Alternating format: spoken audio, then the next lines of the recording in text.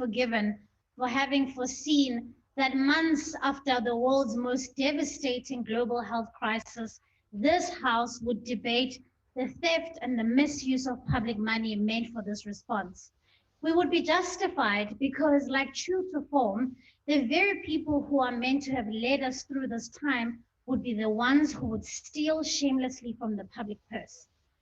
The president has made strong statements about corruption. However, those words truly ring hollow. After all, he has said, without a shred of irony, told the country that he will always choose the ANC over his responsibilities as the South African president. It is no surprise that he's not bothered about preaching brave words in his weekly newsletters while seated next to the most corrupt individuals, both in this house and at Luthuli House. His loyalties are not to the people of this country. His loyalties are to the ANC.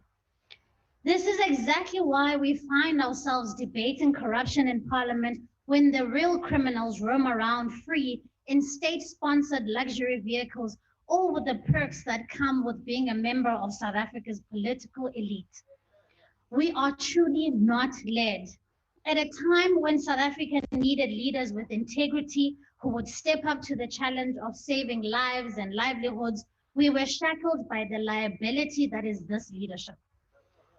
While the people of the Eastern Cape fought each other for mere oxygen in hospitals, comrades were stacking their pockets.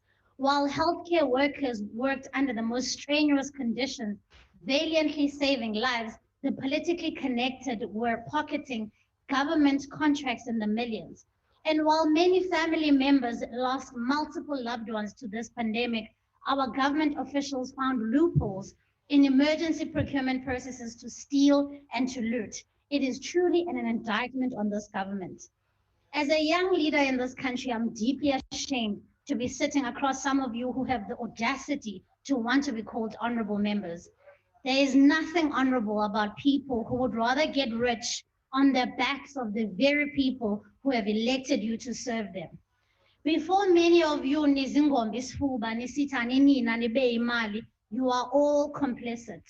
Each and every one of you would rather defend your comrades than call out criminality when you see it. Nonke niyafana, you made Bongani Bongo a chairperson of a portfolio committee when you knew he had allegations leveled against him. And yet today you come and defend yourselves in corruption. No, it doesn't work like that. These are your colleagues, your comrades, and the people who are quick to remind us that they fought hard for the liberation of this struggle. You may have fought diligently for this democracy, but with every single cent of public money that is stolen, that legacy is washed away. The legacy of this organization will be that of a political party, aka imali abantu besifa. Some of the arguments that were advanced here by the past speakers are disappointing but not surprising. Honorable Somyo came here and gave us some of the most wishy-washy arguments I've ever seen. But the most insulting has to be when he stood here and he claimed that only 15 billion rand has been stolen, as though somehow that needs to be some kind of consolation to the people of the home. That is the most insulting thing to the people who have had to be relegated to a second-class health system for the past couple of decades. In another attempt to deflect and evade responsibility, Honorable Somyo references the Western Cape as being part of the corruption ring. Yet he knows that the very municipalities who are suspected of these allegations are under the government of the ANC. The DA has never shied away from saying that any politician who is found to have been guilty of corruption must be arrested and must be prosecuted. The same cannot be said by the ANC. And any attempt to really try and obfuscate that is really pathetic.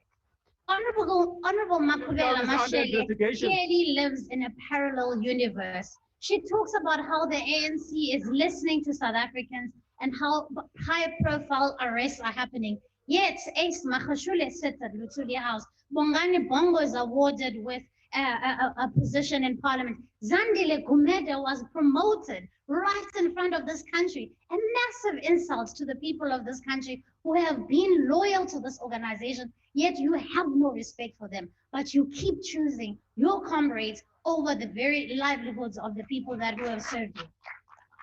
As a result, the Democratic Alliance will be writing to the Speaker of Parliament to have Bongani Bongo removed as chairperson of the Portfolio Committee because he belongs in jail and not in Parliament.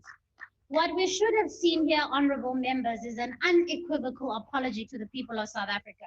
A commitment that every single one of those implicated in corruption to the tune of billions is removed from leadership positions, both within the ANC and in government. And an earnest undertaking that our law enforcement agencies are empowered to arrest and prosecute corrupt politicians and public servants. We wanted to hear a unanimous call that all of them must be arrested.